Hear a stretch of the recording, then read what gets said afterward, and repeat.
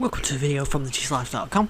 In this video I'm going to show you what's new in the Windows 10 20H2 update. This is going to be released in the second half of 2020, probably around October time, and as with last year's 19H2 update, and as with last year's 19H2 update, the second half year updates, so they're actually technically minor updates compared to the main update. So we've had the May 2020 update, and the one that comes out later this year will be a minor update, but it actually does introduce some new UI features. And I'm recording this still in the development stages, so we're here at the end of July, and I'm going to update these videos as we get new features, but this is what's new at the moment. So the first thing is when you install this update, you'll notice some UI changes, but I'll come back to those. The new Microsoft Edge is installed by default. It replaces the old Microsoft Edge that's kind of hidden away, and you get this new one. So that's automatic install as part of the update to 20H2. There isn't a way of opting out of that as far as I can tell. So that's the first thing I think that people are going to see. The second thing is these new theme aware tiles. So you can see these don't have a solid colour anymore, they've all got a grey background, you see with the icons on the list there. So if you're in dark mode, these will be dark. So you've got the accent colour switched on, that supports accent colour as well, and these do look better, these sort of transparent tiles. See, really the ones that stick out now and look really odd are the Skype and the Office ones, and in the OneNote as well to a degree, but you can see these new Office ones look nice. That one just looks really out of place, but that's the new look icons. There are some other new icons coming as well, but that's the main thing, is this new look and feel of the start menu.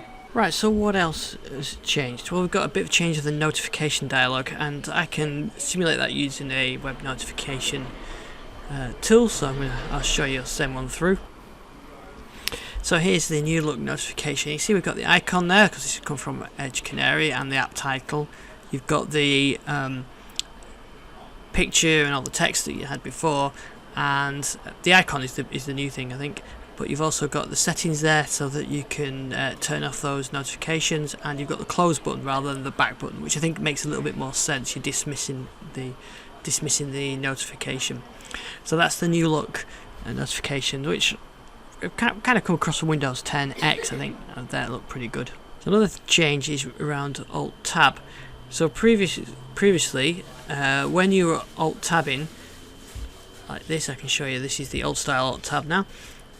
When you're Alt Tabbing, you get say I've got settings open and I've got the Edge browser open, but the Edge browser's got multiple tabs on there. So on this machine currently at the moment, it's only showing me those two windows, but when this feature is enabled, which you can get through here, you get to see multiple tabs of Edge when you Alt Tab, and you've got choice of choosing the most 5 recent tabs, the most 3, or all of them, or just back to the current behavior, which is the standard window.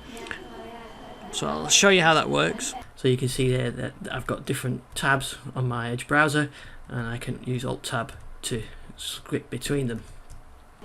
So the changes while we're in the home in the settings, they've tried to move some more settings across that you may have used in Control Panel in the past, and here you've got some of the PC details, and you can copy those to the clipboard as well. So that would have been something you would have had to done in Control Panel, and now you can do it directly in here. There's a lot of other fixes and things like that, but those are the main changes in 20H2 so far. I'll update this as more changes come, but I think the Alt Tabbing and the new look start menu and the new notifications as well all look really nice, and make this a worthwhile improvement. At least you're getting all the security fixes as well. So thanks for watching this video. You can find out more on our YouTube channel on thedigitallife.com and at iSticks on Twitter.